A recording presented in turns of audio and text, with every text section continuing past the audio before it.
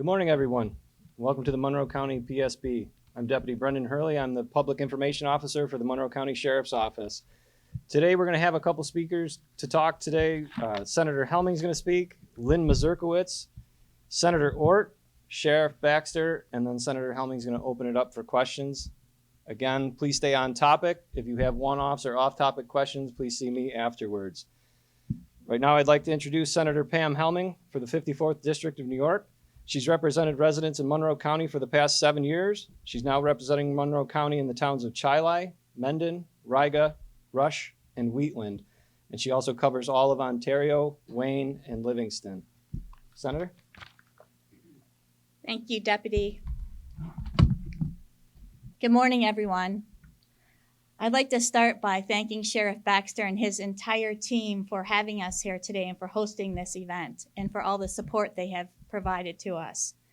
I'm also very appreciative of everyone who was able to join me this morning. That includes the leader of the New York State Senate Republican Conference, my colleague, Senator Rob Ortt. From multiple counties, we have many members of law enforcement, including people representing the Office of the Sheriff and the police departments. And we have our district attorneys, Sandra Dorley from Monroe County and Jim Ritz from Ontario County. We also have Lynn Mazurkowitz, wife of RPD officer Anthony Mazurkowitz, Judy Tosh, mother of Kaylee Ann Polton, and Nikki Siplin, mother of Richard Kalenge. We are all here because we're committed to creating safer communities and because we're committed to saving lives. And the other thing we're committed to is holding convicted criminals accountable for their despicable actions. We're here to voice our strong opposition to yet another, what I call and consider a pro-criminal Albany policy, a policy intended to give all incarcerated individuals, without exception and without regard for the crimes they committed, the opportunity for release. The opportunity to walk again the same streets where they previously murdered innocent people. Lynn, Judy, and Nikki, and so many other families have suffered, and they continue to suffer. They are the reason we're here today, and I want to thank them for joining this fight to stop Elder Parole, not only for Tony, for Kaylee Ann, and for Ricky, but for all the victims whose lives will be changed forever if this legislation is passed.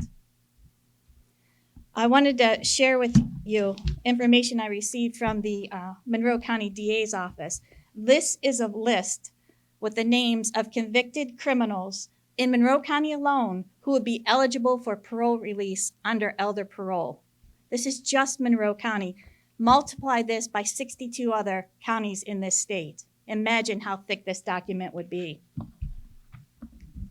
The names include Kelvin Vickers, sentenced to life without parole for the murder of Lynn's husband, RPD officer Anthony Mazurkowitz, the attempted murder of RPD officer Sino Sang, the murder of Nikki's son, Ricky Kalenge, and the murder of Mijel Rand. Under Elder Parole, Vickers would be eligible for release as early as age 55. Mark Christie received a life sentence for killing Judy's 4-year-old daughter, Kaylee Ann Polton. Under this bill, Christie would be released in 4 years at the age of 55. Willis Knight kidnapped, raped, and murdered 18-year-old college student Jennifer Kuhn in '94. Knight is now 60 years old and serving a life sentence. Under this bill, he would immediately be eligible for parole. Under Elder Parole, 55-year-old incarcerated individuals who have served 15 years of their sentence are automatically entitled to a parole hearing for possible release. Now, when I first read this bill, I didn't believe it. I thought for sure I was missing something, right? There had to be an exception, a carve-out for those criminals who are convicted of the most heinous crimes, the most violent crimes. But sadly, there are absolutely no exceptions. Not for murder, not for brutal rape, not for horrendous child abuse. No exceptions. Every single criminal is eligible for a hearing and potential release, regardless of the sentence. And if that's not bad enough, if during their first parole hearing at age 55, they are not eligible for release, every 24 months, they are entitled to another automatic hearing at taxpayers' expense. Every 24 months, they have the opportunity for a hearing and to be released and to walk our streets once again. Tony, Ricky, and Kaylee, you know what? They don't get a second chance. So why do their murderers? And it's important to me that everyone understands that this legislation has the overwhelming support of Democrats in both the Senate and the Assembly. If this bill is brought to the floor, I have no doubt that it could easily pass. The last time I checked, I think it was last week, there are at least 32 senators who are signed on as co-sponsors. Think about it. These families, they sit through months and months of agonizing trials and eventually attend the sentencing hearing. Under the conditions of elder parole, these families may see a judge's sentence basically tossed out the window. There will no longer be any truth in sentencing. This is going to severely, severely hurt people's trust in our government, in our judicial system. So we're here today to say enough is enough. This unending train of irresponsible and dangerous laws, think about it, clean slate, less is more, the HALT Act, and now we're talking about elder parole, all the changes to bail, all the changes to discovery. It's time to stop. It's time for the Senate and the Assembly Democrats to pool their support for this bill, to stand up for the victims and their families, to stop putting criminals ahead of victims. I want to make a commitment to all of you. Along with Senator Ortt and our Republican conference, we will continue fighting for safer communities and prioritizing victims and their families over criminals. I want to just take a moment again and thank Lynn and Nikki and Judy for being here. You're just showing so much incredible courage and strength, and I truly appreciate you fighting for all of the victims. And at this time, it is such an honor to invite Lynn Mazurkiewicz forward to say a few words. Lynn.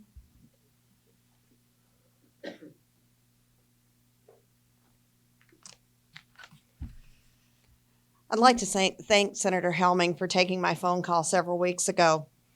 When I first heard about this bill, I absolutely was floored. I had so many questions, and I was frankly shocked.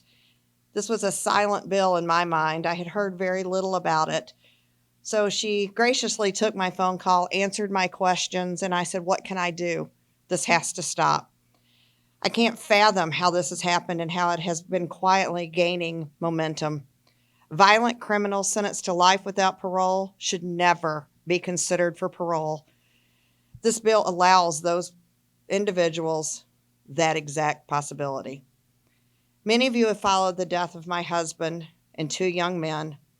But what some of you might not know, the individual that killed my husband and those two young men and altered the lives of two other people, including Sino, he had just been released from prison in Massachusetts 2 months before he killed my husband and two young men.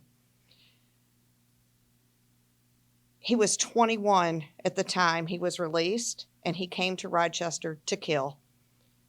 He was hired to come here. Again, let me say he served 3 years and 8 weeks he lasted on the streets.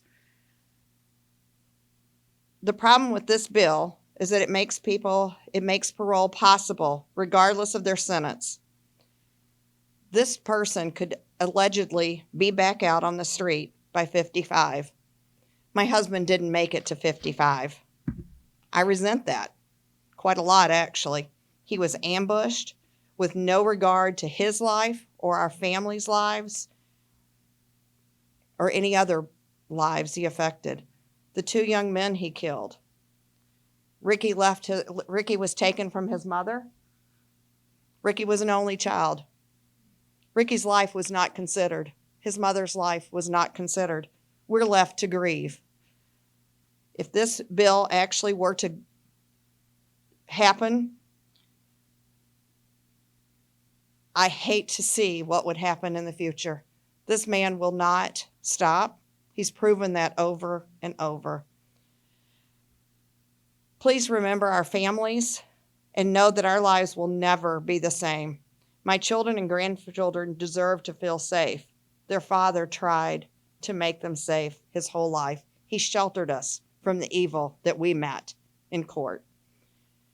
They should never have to worry about the man that killed their father and papa and what possible harm he could cause other people.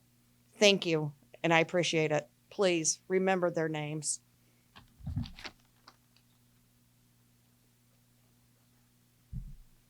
Thank you very much, Lynn. At this time, I'd like to invite Senator Ortt to the podium. Senator Ortt is a tremendous leader for our conference and one of the strongest advocates for law enforcement. I'm so proud to work with him and welcome him to the podium. I want to thank Senator Helming, my colleague, for having this press conference, for her continued advocacy, not just for law enforcement, but for victims and their families. I can't imagine how hard it must be for the families behind me to be here today. They don't want to be here today.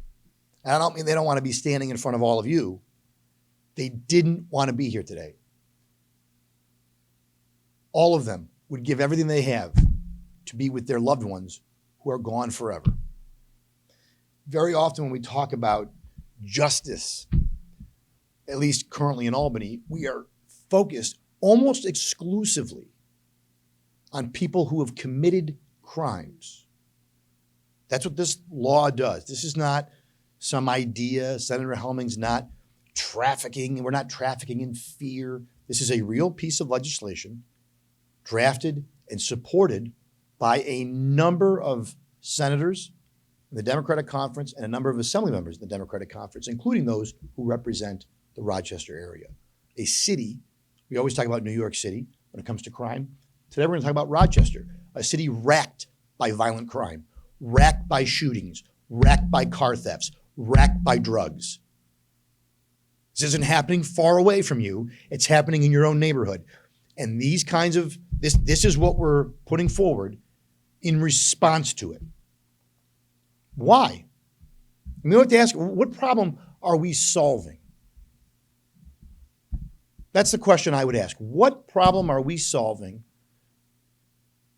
by making parole eligible 55 and up, regardless of the crime? Who are we working for on this legislation?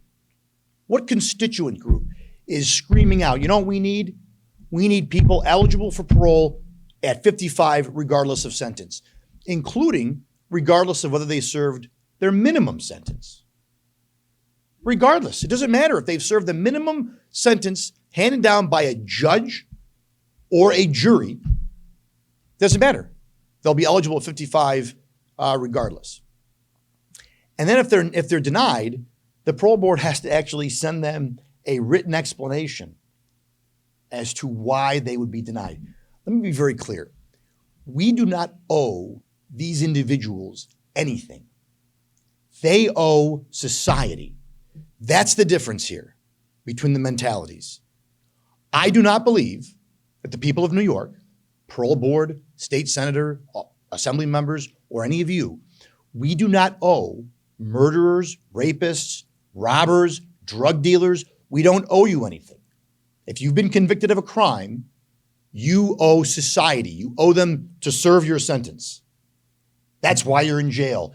That's your penalty. That's what you owe society. When you've completed and you've paid that debt, that's a different story. But we do not owe people. And this notion that, you know, we have to let more people out of jail. That's really what this is about. It's not about reducing crime. It's not about reducing victims. It's just simply about reducing the number of people in jail, regardless, apparently, of the offense they've committed. Regardless of whether crime is down or not, we just want less people in prison. That is the single guiding focus of all of this legislation. I used to think that less people in jail would be a good thing because that would mean less people are committing crimes. My colleagues do not share that second part. They just want less people in jail. However we have to do it. We have a parole board currently without this that does their absolute best to parole cop killers, to parole murderers, to parole rapists. Look it up. It's happening now. So eligibility for parole under the current parole board will absolutely result in parole. It won't just be an eligible issue. They will be walking the streets. And it absolutely makes no sense. We are not solving anything. We are creating a more dangerous state, more dangerous streets. And when we talk about justice and when we talk about empathy and we talk about all these things that I hear my colleagues talk about, where's the justice for the families, for the people behind me right now? All different backgrounds and creeds and ethnicities, because crime doesn't discriminate. It simply doesn't. So where's the justice for their families? The justice is supposed to be in the penalty handed down by the judge in whatever happens in the justice system. And then, by the way, there's appeals and there's all kinds of tools and resources in our justice system at their disposal. And I got news for you. If you're in jail today in New York for 10 years, 20 years, you really earn the right to be there, because it's very difficult. As our law enforcement officials will tell you, as Sheriff Baxter will tell you, it's really hard actually nowadays to just end up in jail casually. If you're there, you worked really hard to be there. And we should work doubly hard to keep you there until your debt to society is paid. We shouldn't be looking for some loophole or create an elder. Somehow at 55, you get a cup of coffee, your AARP card, and if you're a murderer, you also become eligible for parole. I mean, this is not solving anything. It would be laughable if it wasn't a real piece of legislation that has every real chance this coming session or in the future of being passed. And we have to get serious. If we're going to make Rochester a safer place, New York a safer place, let's focus on justice for our victims. Let's be at least equally focused on them and the families of these victims as we are on people who are in jail today, because that is the only focus of many of my colleagues. They are obsessed, whether it's creating a pension system. That's right, a pension system for prisoners. That's a real bill that you might not have heard about. So someone who's there, maybe murdered, killed, raped, robbed, assaulted, they would be eligible, if they're in jail long enough, I guess, for a pension system, courtesy of all of New York taxpayers, courtesy of the family that they victimized. We have elder parole. I won't even go through the history, the slate of legislation that we've passed previous to this. But it is high time that New Yorkers, not Rob Ortt, not Pam Helming, listen to the families. Elected officials and New Yorkers of all stripes need to really get serious about how we're going to make our state safer and turn this state around in a different direction. And it's not going to happen by passing legislation like this. It is not. And it's a slap in the face to victims. They have to actually stand here today and advocate that this bill gets rejected. And I'm sorry that they have to be here to do that, but I'm also grateful that they are here. And listen to them. Don't listen to me. Don't listen to Senator Helming. I know some people will tune us out no matter what. Listen to them. Look at their tears. Look at their face. Look at the picture of their loved ones. And tell me that this bill makes their lives better, that this bill solves something here in New York. It does not. And someone who knows all too well the challenges that law enforcement face, the increasing dangerousness that the job of a police officer has become, thanks to, in part, to the legislation that we have passed out of Albany. I say we. I voted against all of it. But thanks to the legislation, the changes we've made at a state level, we have made law enforcement's job more difficult. And that means we've made it more difficult for them to protect and serve.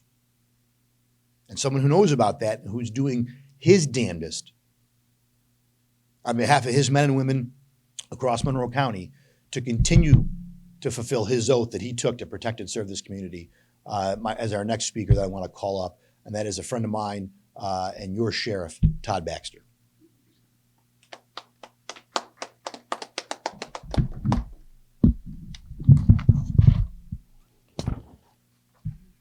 Powerful, powerful words today, folks. If you haven't noticed, I'm opposed to the idea that us as a society would allow the consideration of parole eligibility for a convicted criminal based on their age. We're talking about individuals who are brought to justice, convicted in a court, handed a sentence to pay their debt to society. Offering them relief based upon that debt, based upon some age, is unbelievable. It's unacceptable. It re-victimizes.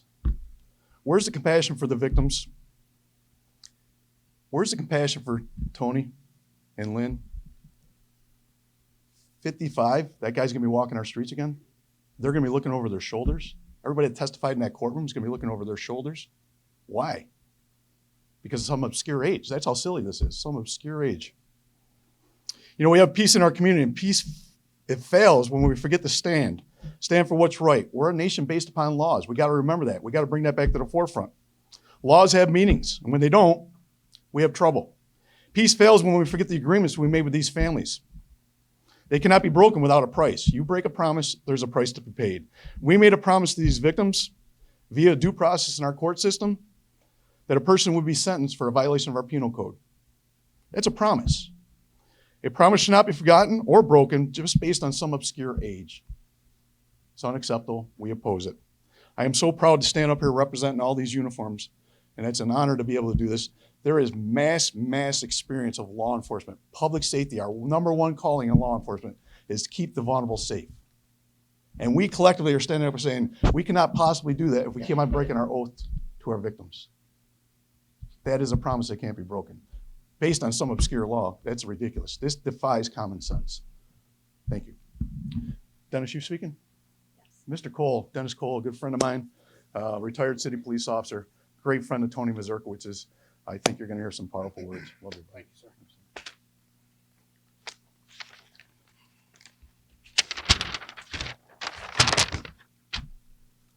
I have a prepared speech, and I'll read it in a second.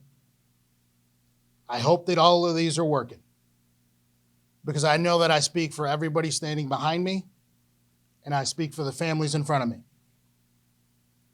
All of the people that are supporting this bill, I accept your invitation that I'm sure you're going to give me so you can convince me how this makes sense. Where are they? If it was that strong, would they not be here to tell me how wrong I am? Where are they? I accept your invitation. You have my address. If you can't find me, find my senator. If you can't find her, find my sheriff.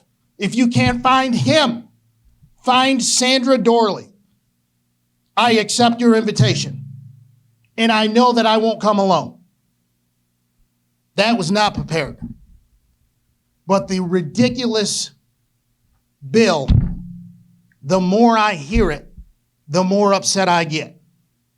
I'll keep this short and to the point, because they've already tuned me out anyway, because I accepted an invitation that they will not give me. But I will show. Thanksgiving, no problem, I'll be there. Christmas, my family can wait. My birthday, not that important. Whatever the day, wherever it is, I will travel, I will come, and you can convince me. And if you can, hey, then maybe I was wrong. Wouldn't be the first time, but I accept it.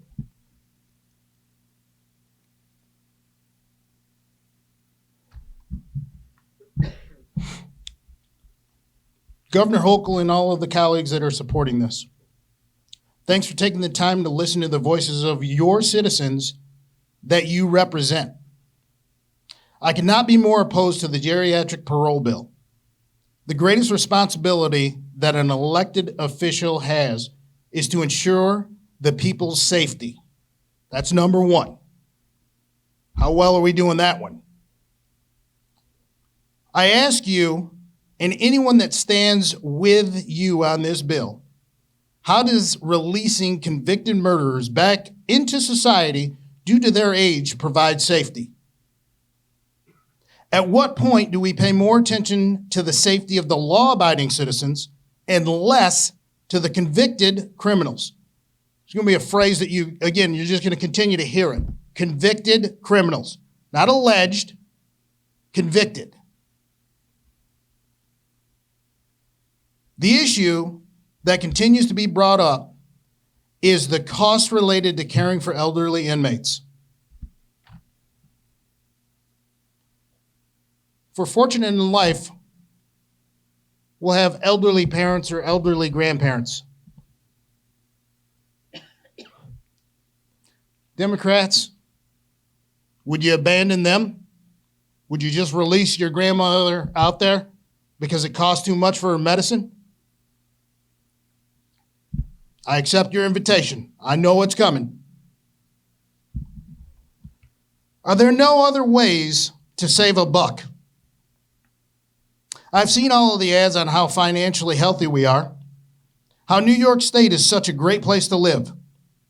How can we claim this if we have a state, or if we as a state are jeopardizing the lives of its citizens with cost-cutting moves?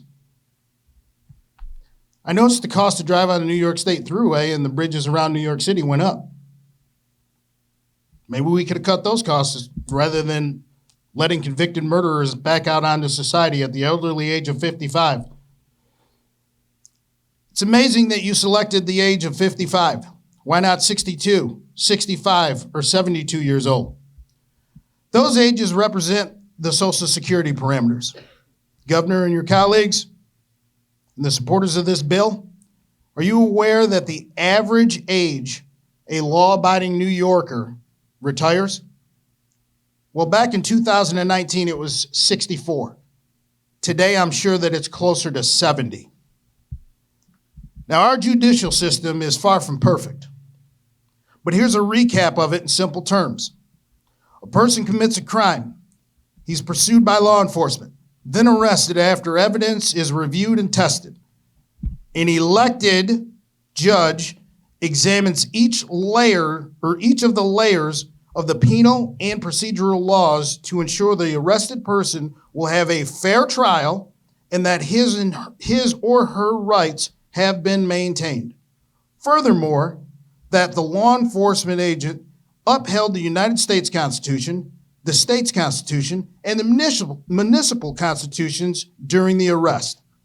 The arrested person has been convicted by either a jury of their peers or an elected judge. The elected judge then follows the sentencing scale for the crimes. My point to all of this is, nowhere is it written that the cost of sentencing a convicted criminal is a part of our judicial system. The greatest question is, why now? Perhaps our founding fathers of this country were wrong. I don't think so. I think this is more to do with the loyalty to your party than it is its citizens. In recent times, there have been countless executive orders, pardon my laughing on that, and new interpretations of law. I'm standing up and I'm asking all of you elected officials to follow the number one rule: protect your citizens.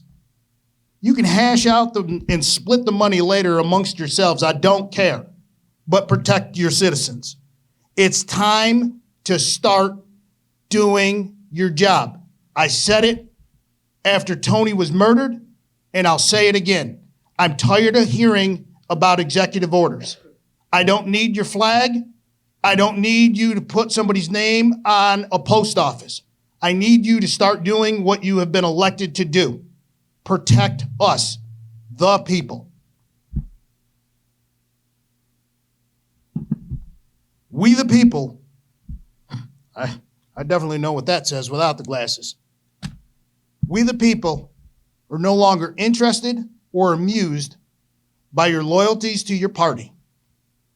Start protecting us. Thank you, Sheriff Baxter, for the hospitality. Thank you, senators, for bringing me here today. Thank you all for actually running the camera and hopefully all of this is not just like clipped, snipped. It needs to be heard. And if you hear nothing else, I accept your invitation. Each and every last one of you. Thank you.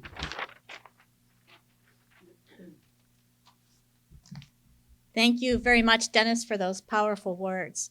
At this time, I would open up for questions from the media.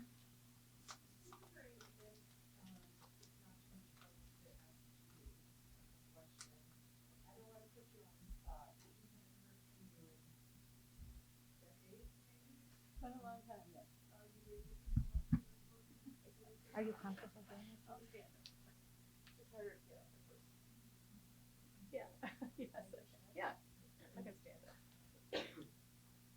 I wasn't planning on speaking, Wendy. It has been, you're correct.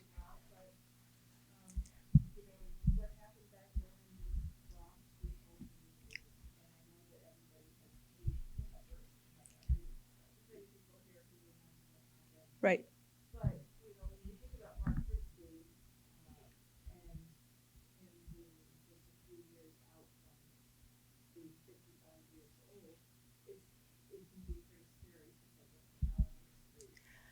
You're absolutely correct. That it is very frightening. I think about a year and a half ago, Jeannie Ryan had brought some information to me along with Sandra Dorley about these bills. And I, like the rest of us, are like, you've got to be kidding us. This cannot happen at all, of course. Mark Christie, I think most of you may know, maybe a lot of you don't know who my daughter is.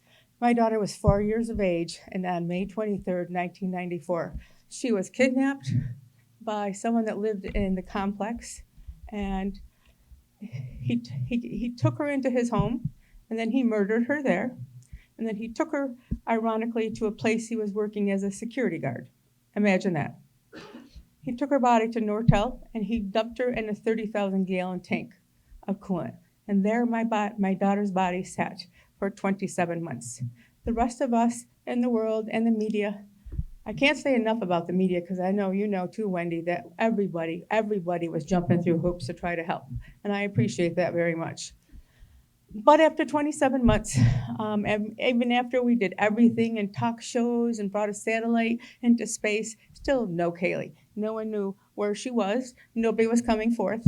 But then Mark, for some godful reason, confessed to his wife of only 2 weeks that he had murdered my daughter.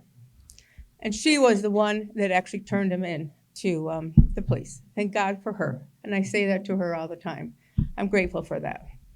So meanwhile, then after sitting there for 27 months, now a trial has to happen, as we all know.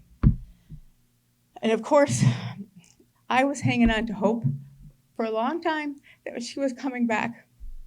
Wasn't meant to be, that's for sure. But the scarier part about Mark Christie, some of you may know this and some of you may not.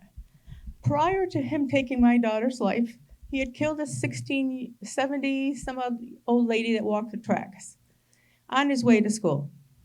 And law enforcement allegedly spoke with him and found no reason to find him, thought he was just a child boasting, etc. Fast forward 6 years later, that's when he took my daughter's life. So he's already got one murder under his belt. He let an innocent man by the name of Frank Sterling go to jail and sit there for 18 years for the crime he committed. So this is already giving you a good picture of what Mark Christie is and who he is. He's already killed one person, then he kills my daughter. And when we're talking about letting this man back out, are you kidding me? I mean, how can society think that's okay? Because it's not. It's wrong. It's wrong. It's wrong. And I have an issue with that. And I think all of you should have an issue with that. Just think about it. Would you want him to be your neighbor if he is released? Do you want to know where he's at? Wouldn't you be looking over your shoulder, tugging on the heartstrings of your grandchildren? Absolutely. So for Mark, he supposedly completed the 25 years for Kaylee so far, but now he's on the 20 years now for Viola Manville's death. He's got 20 additional years that he has to serve. So think about it. He's done 25 for Kaylee already. He's not yet 55, but we're getting close to that while he's doing his 20 years for Viola. So guess what? He will be eligible to come up for parole.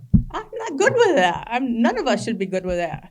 I have an issue with that. Every day, he already gave me a life sentence to live my life without her. So therefore, as far as I'm concerned, he should never see the light of day again.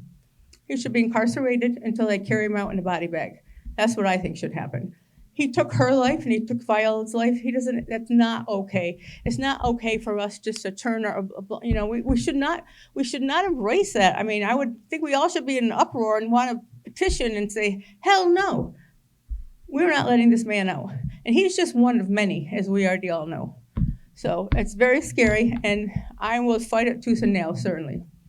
And I hope to God, we're all talking about legislation and bills, but we do know a lot of times things get passed without our knowledge.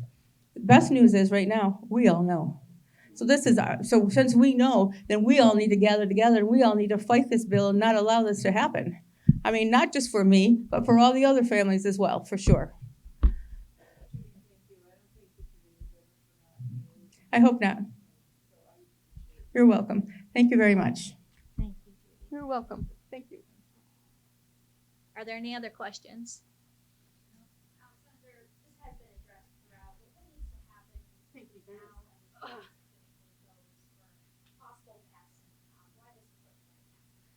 The push, I would say, one of the reasons is what Judy brought up, is that this is a silent bill that's just like floating around out there. And some people may think, well, it's not going anywhere. But as I pointed out earlier, on the Senate side, there's at least 32 sponsors. If this bill comes to the floor, it will pass. So what happens now, what needs to happen now, is we get more people from the community involved to say, hell no, this bill needs to end, and put pressure on those Democrats who are co-sponsors to take their name off the bill and eventually withdraw the bill. Any other questions? No.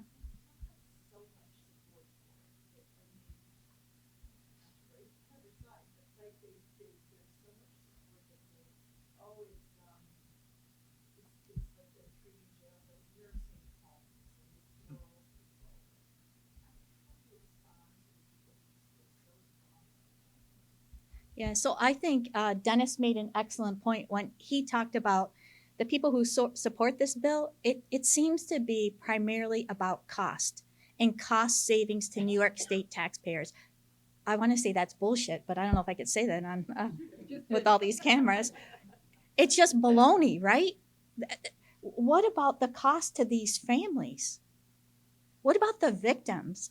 As Senator Ortt said, that's part of the discussion that never seems to happen in Albany at our state capitol. That's what we continue to do, is to bring forward conversations about the victims, about their families, and about how this craziness that is making our streets less safe despite the amazing efforts of law enforcement, it needs to stop, and it needs to stop now. They don't take the families and the victims and the families in consideration when they make these bills, obviously. As you can imagine, that's why.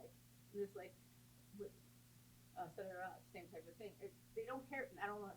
It's not like they don't. I don't say they don't care about us. We are just like, we're not like a consideration. It doesn't appear that happens. You know, they got the bad guy off the street and they think we're set to go. Yeah. Well, we're obviously not set to go. Yeah. And that's what's happening though. Now they want to let them out. Exactly. I want to again thank everyone for being here. Thank you so much for being courageous enough to stand up and speak out. I know it's tough for you and for your families. God bless you, and thank you so much. To the members of law enforcement, Sheriff Baxter, Sheriff Srencione, our district attorneys, Senator Ortt, and all the members of law enforcement, thank you for fighting every single day to keep the people in our community safe. As was said earlier, that's the number one priority of every single one of us who are here today. Thank you all so much. Thank you.